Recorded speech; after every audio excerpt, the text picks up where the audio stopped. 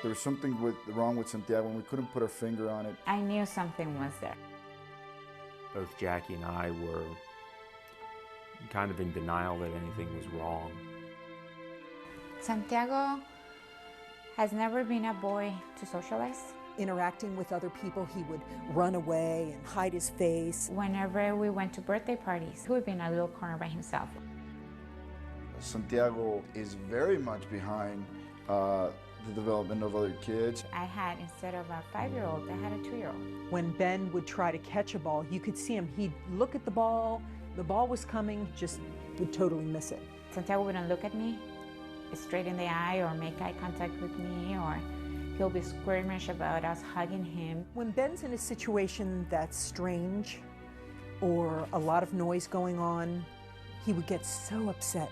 I remember one time where I went to pick up some pizzas, and he wanted a balloon, and I said no. And he had a full-blown meltdown, kicked the boxes out of my hand.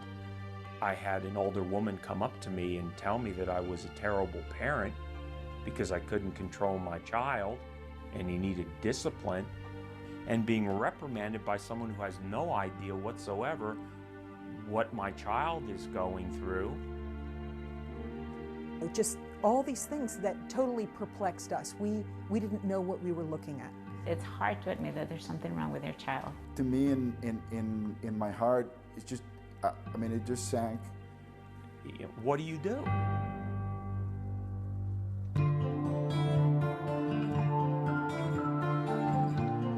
We couldn't find anybody that can help us put it all together. We went from neurologists to psychiatrists to pediatricians, because we came from seeing all these doctors that pretty much just say he's autistic and no solution, or just trying to medicate him. They would give us maybe a diagnosis or a prognosis, but no treatment. One would say he was autistic, the other one would say he wasn't, and then the next would say he had ADHD, and the next one said he didn't. It was abundantly clear to both Bill and I that, you know, the world is progressing around us and our poor boy is going backwards. And instead of seeing any improvement, we see him regress. Ben is different. His autism is part of him. I don't ever want to write him off as just an autistic child. He's Ben, he's my son.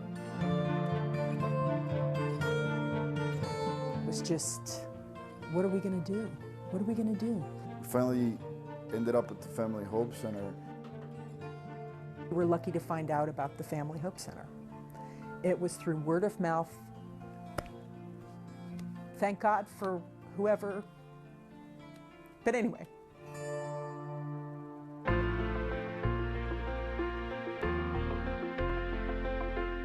When you go to the seminar, you're full of fears, you're full of regrets. The first seminar is to get the information to you, to understand how the brain needs to be stimulated when a child has a brain injury. And it was not about, you know, the injury. It was all about, how do we fix this?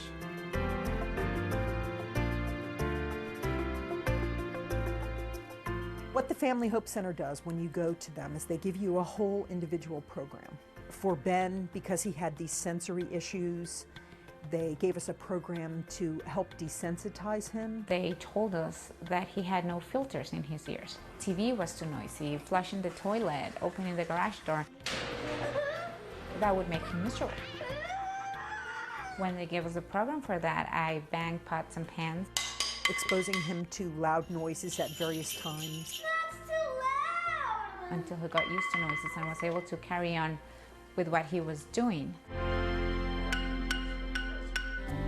Now, when you go home and you're crawling and creeping with your child, In terms of the physical, they are things that are crawling and getting the body to function. And for him, we created, it was like his train tracks. He's all into trains, so that's how we play. A normal developing child would crawl on their hands and knees and then eventually get to walking. Ben did start walking, but there was never any crawling. We started doing exercises to help him with his coordination, from pencil rolls and back flips and forward flips. And everybody started rolling. His sister started rolling, his brother helped him with the back flips. Part of the program is for him to run. We take a mile a day of running. At the beginning, it was a lot of holding hands and dragging him through the mile. Me and him run a few laps around the block. Now he runs independently. Sometimes it's fun to run ahead and make Dad catch up to him.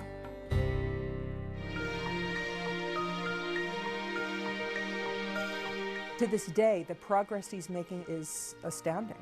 4 months into the program, we were already seeing a different child. The physical program that they gave us with the creeping and the crawling helped Ben see the ball to the very end. Now he can catch a ball. Part of his first program was to give him flashcards, and it took about, I would say, a month when he started telling them back at me. Fine. Ben has developed the ability to show affection where he wouldn't before. But he comes and hugs and tells you, I love you. It's been wonderful to see the change. It's big leaps in such a short time, from not talking to now reading, and he's adding, he's subtracting. I mean, he's like a totally different kid. And Sophia, the little one, got on top of the bookshelf and was able to unhook the cord for the shades and lasso herself. And then she jumped onto the bed. And she was hanging between the bookshelf and the bed. She started turning purple. Ricardo ran to tell us that their sister was dying, that she was purple. And Santi was able to problem solve, and by the time we got there, he had already freed her from the cord. If he hadn't progressed as much as he has, he'll just sit by himself and be in his own little world. The Family Hope Center is made up of people who really want to help kids. They help you stay focused in what's really important. There's nothing more important at the end than, you know, our family, and our son it's a part of it. Like when we went there and we were so worried on what's his diagnosis, what's the label, what's his illness. It's like, don't look at that. Look at how you're gonna make him better. None of our members of our family resent that. I mean, everybody's like pulling together to get this done. And this is just gonna make you better as a family. And it has. The improvements that Ben has made since we've been to them is a miracle. He's just doing so well. He's back, he's here, he's part of the family. You know, this family will keep going forward, so. It's hard to explain the feeling. We were a drowning ship. I felt like we were a drowning ship, and there were no ropes left. Somebody threw us a rope. The rope is there, we're on the boat, we're not sinking anymore.